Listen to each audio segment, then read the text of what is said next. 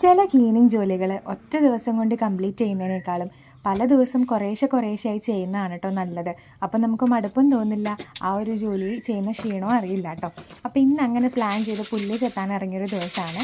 പുല്ല് ചെത്താൻ എൻ്റെ പണിസാധനങ്ങളൊക്കെ കൊണ്ട് വന്നപ്പോഴാണ് ചെരുപ്പ് മുഴുവൻ വലിച്ചു വാരിയിട്ടേക്കാണ് കേട്ടോ. അപ്പോൾ ചെരുപ്പ് സ്റ്റാൻഡിലെ പൊടിയൊക്കെ ഒന്ന് തട്ടി ചെരുപ്പൊക്കെ വീണ്ടും തിരിച്ച് അടുക്കിപ്പറക്കിയൊക്കെ വെച്ചു, പണി ആരംഭിച്ചു.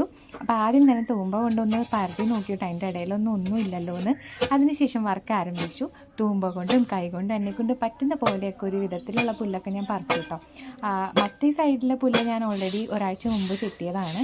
അപ്പം ഇന്ന് 2 മണിക്കൂർ ഫിക്സ് ചെയ്തിട്ടാണ് കേട്ടോ ഞാൻ ഇതിനു വേണ്ടി ഇറങ്ങിയത്. സാധാരണ ഇതുപോലെയുള്ള പണികൾക്ക് ഇറങ്ങിയത് കംപ്ലീറ്റ് ആക്കാണ്ട് കയറാറില്ല.